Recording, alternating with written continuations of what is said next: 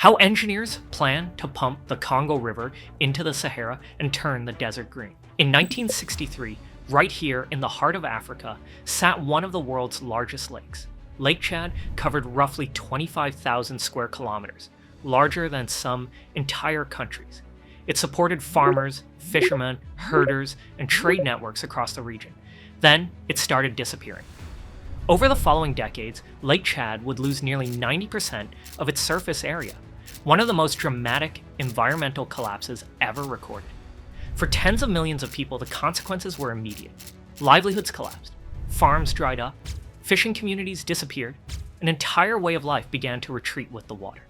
For most people, that's where the story ends. But some engineers looked at a map of Africa and asked a completely different question. Not, why is Lake Chad dying, but what would it take to bring it back? Because far to the south flows the Congo River, the second largest river on Earth by volume. Every second, it sends around 41,000 cubic meters of water toward the Atlantic Ocean. And that inspired one of the most ambitious infrastructure proposals ever conceived.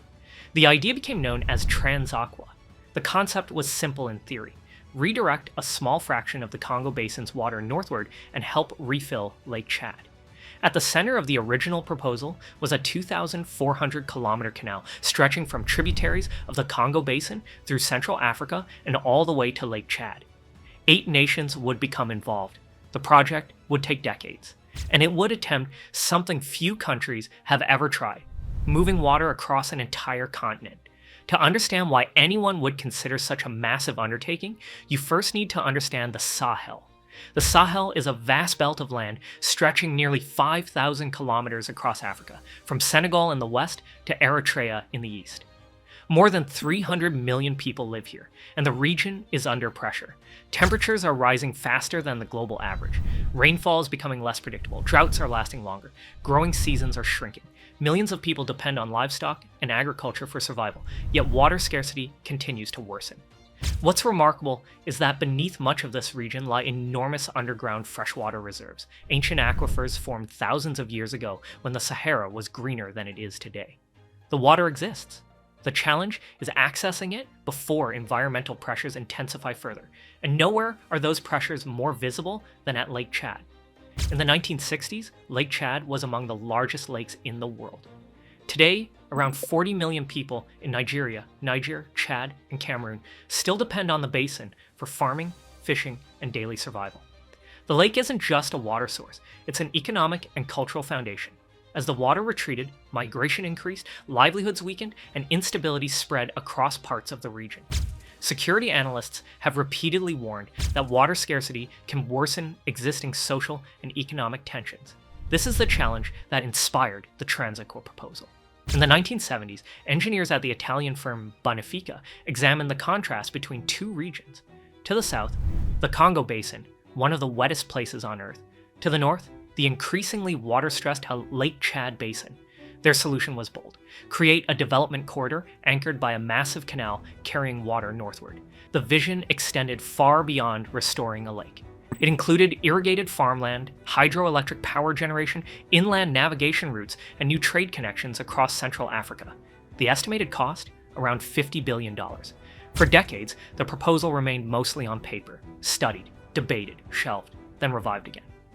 A major shift came in 2016 when China's state-owned PowerChina signed a Memorandum of Understanding with the Lake Chad Basin Commission. In 2018, the Lake Chad Basin Commission officially endorsed the project and signed agreements with Italy to continue development studies. For supporters, the project was gaining real momentum. But there was a problem. One of the most important countries involved wasn't fully on board: the Democratic Republic of Congo. Much of the water would ultimately come from the Congo Basin, yet Congolese leaders argued that they had not been adequately included in discussions. And they raised a difficult question: why should a country where millions still lack reliable access to clean water divert part of its own water resources elsewhere? Environmental concerns added another layer of complexity. Scientists warned that altering water flows in one of the world's most biodiverse ecosystems could have unintended consequences. As a result, the original $50 billion vision stalled. But it didn't disappear. engineers began exploring smaller and more practical alternatives, including a diversion from the Ubangi River and a simpler gravity-fed channel from the Congo River, each at a fraction of the original cost. And today, these ideas are increasingly being discussed as part of a much broader regional strategy.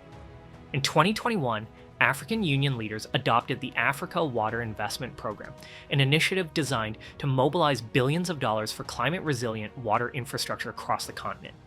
Combined with irrigation projects, water storage systems, and regional development programs, investment plans across the Sahel now represent tens of billions of dollars in proposed infrastructure. The goal is bigger than saving one lake. It's about improving water security across an entire region. And that's what makes Transaqua so fascinating.